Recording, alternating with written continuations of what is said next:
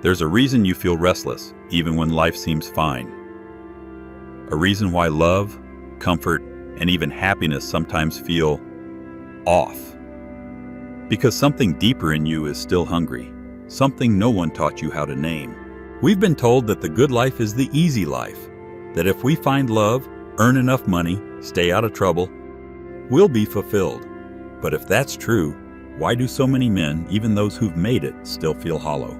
Why do they lie awake at night with everything and still feel like nothing? Because what we truly seek isn't peace. It's not even love. It's power. Not domination, not control. But the kind of power that says, I can endure, I can grow, I can shape who I become, no matter what stands in my way. Friedrich Nietzsche understood this hunger better than most. What is good? All that heightens the feeling of power in man. What is bad? All that stems from weakness. Not contentment, but more power. And this is where most people misunderstand him. They hear power and think of greed, control, corruption. But Nietzsche wasn't talking about tyrants. He was talking about transformation, about what it takes for a human being to become more than they were yesterday. Power for Nietzsche is the feeling of expansion, of pushing beyond your current limits, of resisting stagnation and choosing growth even when it hurts. Imagine a man who loses everything, not dramatically, not all at once, but slowly. His dreams dissolve, his confidence weakens, his relationships fade. He gets up each morning, performs the rituals of life, but something inside him has gone silent. Not dead, just disconnected. Until one day, he decides to change direction. Not because someone told him to, but because he's tired of shrinking. He picks a goal, something real. He starts small, quietly, with no applause. He trains, he fails, he tries again. He meets resistance and leans into it. And something starts to shift. His posture changes. His voice steadies. His days gain weight. Because now he is not just existing, he's becoming. This is the will to power. Not control over others, but mastery of the self. The capacity to shape your identity, refine your direction, and endure difficulty with purpose. Power, in Nietzsche's view, isn't about victory. It's about growth that requires resistance. The kind of growth that only happens when we step into discomfort willingly. And that growth begins with a goal, but not just any goal. Nietzsche believed a powerful life requires goals that meet 4 criteria. First, the goal must be challenging. It should stretch you, force you to change, push you into unknown territory. Second, it must be life-enhancing. Not just for you, but potentially for others. A goal that weakens your body or dulls your spirit is not worthy of pursuit. Third, it should cultivate personal excellence, your unique strengths, not just what's culturally rewarded. And finally, it must be chosen freely, not imposed by expectation, not inherited from family or ideology. It must come from within, from your own will. This, Nietzsche believed, is where real meaning begins. Not in grand visions, but in self-determined striving. Why are you here? That you must ask yourself. And if you do not have a ready answer, then set for yourself goals. High and noble goals.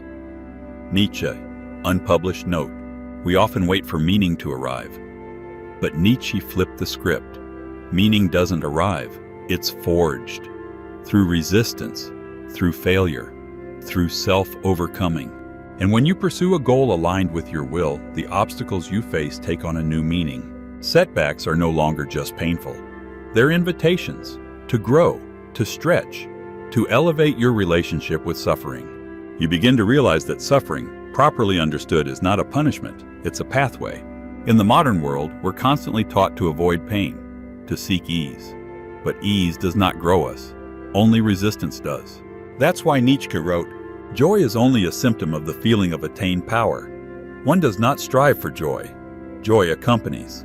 Joy is the echo, the resonance that follows strength.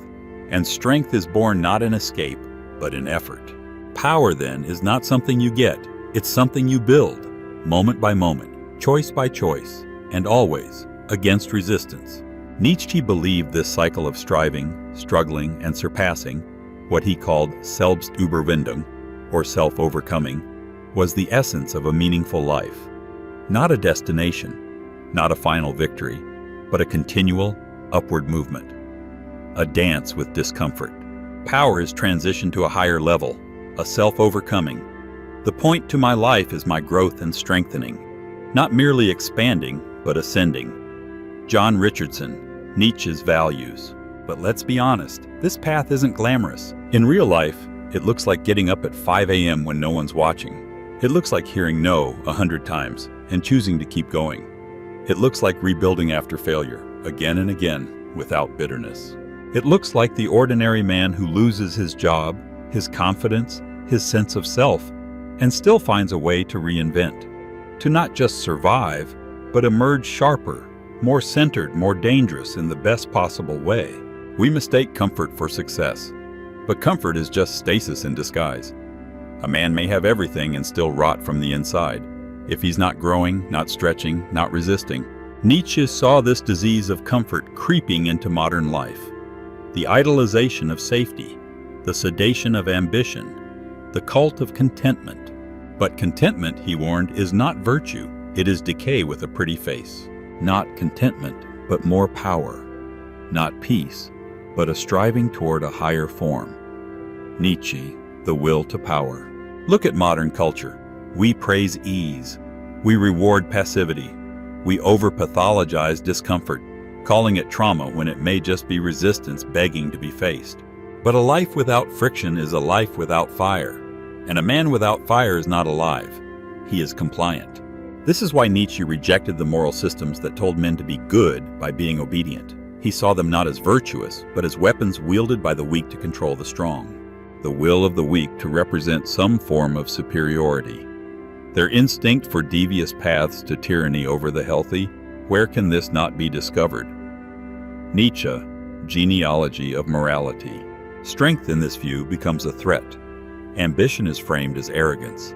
Power is framed as danger. And so men shrink, apologize, conform. But conformity doesn't lead to meaning, it leads to numbness. And that numbness, Nietzsche called it nihilism, is the greatest spiritual crisis of modern man. Because once you lose your own goal, once you no longer believe in your power to shape who you become, you begin to drift. You reach for distractions. You anesthetize your suffering instead of interpreting it. But suffering is not the problem.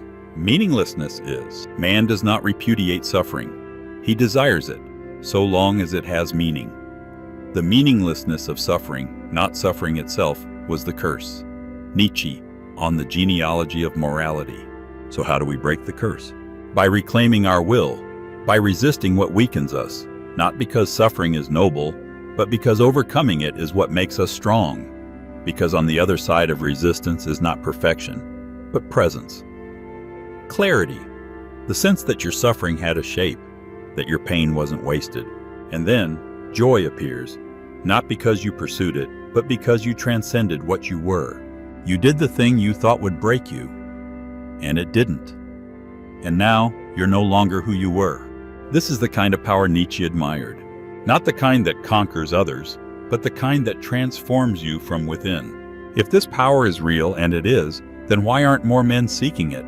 Because the modern world has trained them to avoid it, trained them to chase comfort, to outsource authority, to believe that fulfillment comes from being accepted, not from becoming exceptional. But here's the paradox Nietzsche forces us to confront. True power is forged in isolation, not in applause, not in validation, not even in love. It begins in the silence where no one sees you, when the world has forgotten you, when you've been stripped of everything except the one thing that matters, your will. Picture it. A man betrayed by his closest friends, his name dragged through mud, his work ignored, his passion mocked. What does he do? He doesn't beg, he doesn't explain himself, he retreats, not to hide, but to rebuild. He lets the silence burn away what was weak. He remembers who he was before the world told him who to be. And slowly, his spine straightens. His voice returns, not loud, but unshakable. He walks back into the world, not as someone seeking approval, but as someone who no longer needs it. This is not theory, this is lived truth. In 2015, MMA fighter Conor McGregor lost to Nate Diaz, publicly, brutally, mocked, ridiculed, written off. But what did he do? He didn't spiral. He trained, fought harder, came back smarter, beat the man who beat him. Not for revenge, for mastery. That's Nietzsche's will to power in real time. A man confronting defeat, not with despair, but with transformation. Because when Nietzsche said, "What is happiness?" the feeling that power increases, that a resistance is overcome, he wasn't speaking in metaphor. He was describing the lived experience of becoming more than you were. You see, in Nietzsche's worldview, you are not a fixed being, you are process. A fire, not a statue. And every challenge is not a threat to who you are. It's a chance to reinvent. But most people don't want that. They want stability, predictability, a life that asks nothing of them but their compliance. That is why they hand over their will to ideologies, to institutions, to any system that says, "We'll give your life meaning, just follow the rules." But Nietzsche rejected all that. He called it slave morality. Morality born not of strength, but of resentment. Resentment toward those who thrive. Resentment toward those who create their own path. Resentment toward those who refuse to be tamed. This resentment becomes morality, and that morality becomes a tool to shame power, to glorify weakness, to elevate obedience over excellence. Sound familiar? We see it today, in a world that exalts safety over courage, therapy over discipline, comfort over conquest. And we wonder why men feel aimless, why despair is rising, why so many drown in quiet frustration, unable to name the root of their pain. The truth is harsh but necessary. A man without a mission is a man in decay. It doesn't matter how soft the bed is, how many followers he has, how peaceful his routine may appear. If he is not growing, he is dying. That is why Nietzsche offered a different kind of salvation. Not in heaven, not in utopia, but in becoming. Whatever I create, however much I love it, soon I must oppose it. Thus my will wills it. Nietzsche, thus spoke Zarathustra. That is the rhythm of power. Create, conquer, let go, start again, stronger. This is the circle of power Nietzsche spoke of. A cycle with no end, except death. No final goal, except the joy of constant ascent. And what you become through that process, that's where greatness is born. So how do you begin? Not with affirmation, not with vision boards, but with revolt. You rebel, not against the world first, but against everything in you that has settled, everything in you that has grown soft, the voices that whisper, "That's good enough." No one will notice if you skip today. You've already done more than most. Kill those voices. Because power begins the moment you stop negotiating with your weakness. And here's what they won't tell you. You don't rise by being more authentic. You rise by being more disciplined. By choosing your suffering.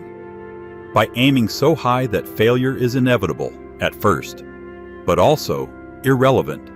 Because failure, for the man on the path of power, is just friction. Fuel.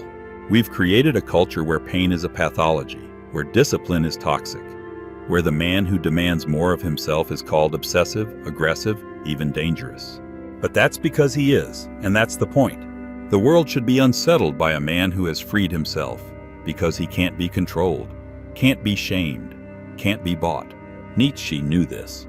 That's why he admired men who had the courage to become their own standard, not in arrogance, but in necessity. Because once you've suffered enough without breaking, you realize no external authority can give you value. You are the source, and from that place you no longer ask, "What do they think of me?" but "Who am I becoming in spite of them?" Think of Viktor Frankl, imprisoned in a Nazi death camp. He lost everything, family, future, freedom, and still he found meaning. He chose meaning. Even in a living hell, he claimed power over his internal state. That is not poetic, that is not metaphor, that is power. The ability to stand amid horror and still say, "You don't decide who I am." This isn't motivational fluff, it's existential truth. You were not made to be coddled, you were made to climb, to suffer, to overcome, to repeat. Not because life is cruel, but because life is growth, And growth always requires rupture. So you stop chasing peace like it's the ultimate virtue. You stop asking for closure. You stop waiting for permission. Instead, you build, not once, but constantly. And when you reach a summit, you don't settle.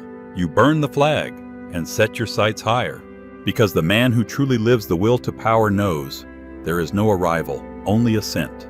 And this is where meaning lives, not in the absence of pain, but in the direction of it. Not in the comfort of knowing, but in the risk of becoming. So choose your goal. Make it yours. Make it costly. Make it noble. Then walk through the fire with your eyes open. Let the world call you arrogant. Let them call you extreme. Let them misunderstand you. They're not meant to understand. They're meant to watch. Watch as you turn suffering into signal, fear into focus, pain into power. Because in the end, the man who outlasts is the man who outgrows. And what outlasts him? Not his name, not his wealth, but his impact etched in every soul who saw him stand tall when he had every reason to fall. That's not philosophy. That's legacy.